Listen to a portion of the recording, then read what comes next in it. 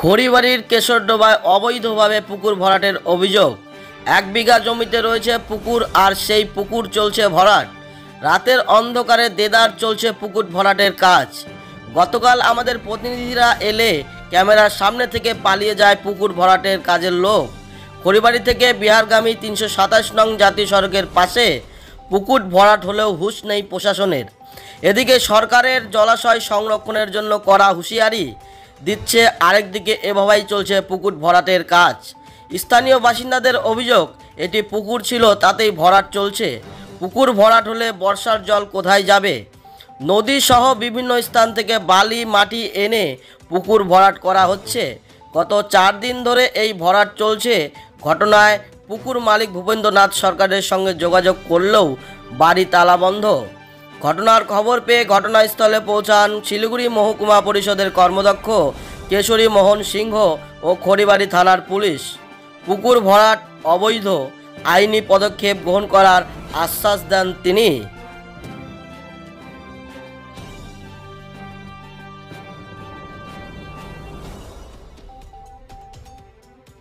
এটা আমরা ফেলতেছি। এখন দেখো, আমরা কর্মচারী লোক আছি, আমাদের কর্ম করে খেতে হবে, যার জন্য আমরা চলে আসছি যে এখানটা মাটি ফেলতে হবে, ওখানটায় মাটি ফেলতে হবে।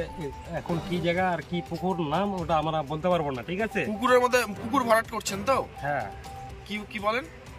আর পুকুরে বলবো এখন, হ্যাঁ, যে আমাদেরকে রাব মাটি ফেলতে হবে, যে তুমি কাজ করো আমার গাড়িতে, ওই উপলক্ষে আমরা কাজে আসছি। পুকুর ভরাট করছেন তো? হ্যাঁ। এখন আমরা এটা তো বলবো, এটা পুকুরে বলবো, আমরা তো অন্য কিছু তো বলবো না। কতদিন ধরে এই কাজটা হচ্ছে? কাজটা আমাদের আমি করলাম 2 দিন, ইনি আজকে ফার্স্ট। কত গাড়ি ফেলছেন আপনি? আমরা কালকে ফেলছি মোটামুটি এই 5-6 গাড়ি ফেলছি কালকে। আচ্ছা, গাড়ি ফেলছেন। হ্যাঁ। জমিটা কার?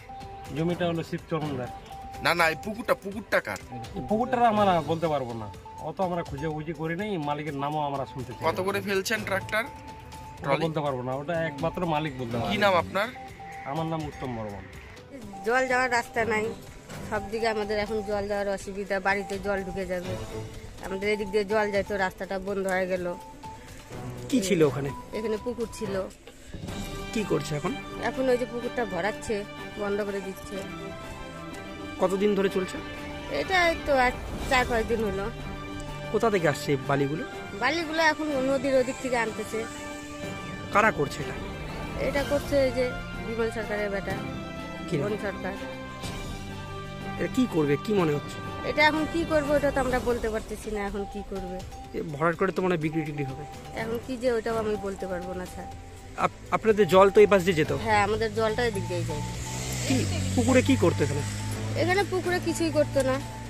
ওর বাবা যতদিন ছিল অতদিন মাছ টাছ ছাড়তো। ওর বাবা মারা যাওয়ার পরে আর মাছ টাছ কেউ ছাড়েও না, কিছু করে না। পুকুরটা বন্ধ হলে কোথাও অসুবিধা হবে না? অসুবিধা তো হবে, এই যে আমাদের অসুবিধা। এমনি সব জল তো এখানে জমা হয়? হ্যাঁ, সব জল এখানে যাইতো। কি চাইছেন আপনারা? আমরা চাই যে আমাদের জল যাওয়ার রাস্তাটা বানাই দিক, আমাদের আর কোনো অসুবিধা নেই। পুকুরটা ভরাট হলে এমনি সবারই অসুবিধা হবে না?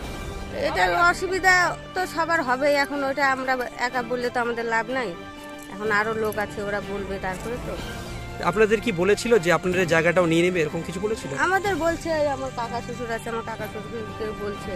আমার কাকা শ্বশুর ওই দামে জায়গা দেয় নাকি? কি বলছিল আপনাদের? ওই কাকা শ্বশুরকে বলছিল যে কত বলছিল, 15 লাখ টাকা বলছিল। আমার কাকা বলছে যে না, আমি এই দামে বাড়ি বিক্রি করবো না। মানে ওরা পুরোটা ভরাট করে একটা বিক্রির পরিকল্পনা ছিল ওদের নাকি? কি নাম আপনার? আমার নাম পাপিয়া দাস। কদিন ধরে চলছে এই কাজটা? এই তো 4-5 দিন হলো। তো কি মনে হচ্ছে এই যে রাস্তার পাশে পুলিশ প্রশাসনের নাকের ডোকায় এই ধরনের কাজ হচ্ছে? পুলিশ এসেছিল? আপনারা দেখেছেন? না আসেনি। কেউ আসেনি? এখানে পঞ্চায়েত মেম্বারও জানে না? না, আসেনি। তো এত বড় একটা কাজ হচ্ছে, পুলিশ প্রশাসন আছে, প্রধান আছে, তারা জড়িত না থাকলে করতে পারে? কি মনে হচ্ছে? এখন ওটা আমরা কিভাবে বলবো, আমরা তো জানি না। আমরা জানলে তো বলতাম, কেউ আসেও নাই, আমরা দেখি না। এটা আপনাদের মাধ্যমে, খবরের মাধ্যমে আমি জানতে পারলাম, আপনাদের সোর্সে আমি আসলাম স্পটে। এসে দেখছি যে 1 বিঘা মতো জমি যেটা পুকুর ছিল সেটাকে ভরাট, মানে 3 ভাগে ভরিয়ে দিছে। এখানে দুটাই বিষয় একটা আছে যে অবৈধভাবে এই যে ভরাটের জন্য যে র মেটেরিয়ালটা আসছে এটা অবৈধভাবে আসে। আর পুকুরটা তো একদম ভরার কোনো প্রশ্নই ওঠে না, এটা কোনো পারমিশন নেই, কী ভিত্তিতে ভরছে এটা এখন জানার বিষয়। বিএলওর সাহেবকে আমি ফোন করলাম, বিএলওর সাহেব যেহেতু ক্রিসমাস আছে উনি ফোনটা ধরতে পারেননি। আগামীকাল বিএলওর সাহেব আসবে স্পটে এবং আমাদের আইনের যা পদক্ষেপ সেটা করবে। কী রকম পদক্ষেপ নেওয়া হবে আপনাদের থেকে? দেখেন বিগত দিনে আপনারা দেখছেন বাগডোরা আমরা একটা ভালো একটা ফাইন ধরা হয়েছিল এবং যা পদ্ধতিগত আছে সেটাই আইন, যেটা আইনে বিএলওর সাহেবের গাইডলাইনে যা আছে সেটা হবে। এখন কোনো রিহাইতের কোনো প্রশ্ন নেই। যেখানটা আমাদের মুখ্যমন্ত্রী বারবার এই জমি সংক্রান্ত বিভিন্ন বিষয় বলছে, তা সত্ত্বেও মানুষ এইসব কথাকে গুরুত্ব না দিয়ে কী সাহসে এটা করছে এটা এখন দেখার বিষয়। আর আমরা যেটা পুলিশ প্রশাসন এবং বিএলআর অফিসের তত্ত্বাবধানে এটা বিষয়টাকে আমরা দেখব। এভাবে কি পুকুর ভরাট করা যায়? এটা তো যায় না, একদম বেআইনিভাবে কাজ করছে।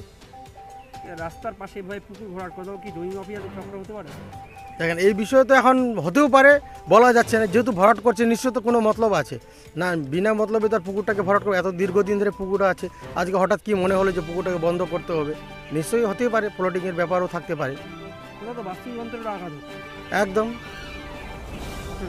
কিশোরী মোহন সিংহ, কর্মাধ্যক্ষ বনভূমি মৎস্য প্রাণী সম্পদ, শিলিগুড়ি মহকুমা।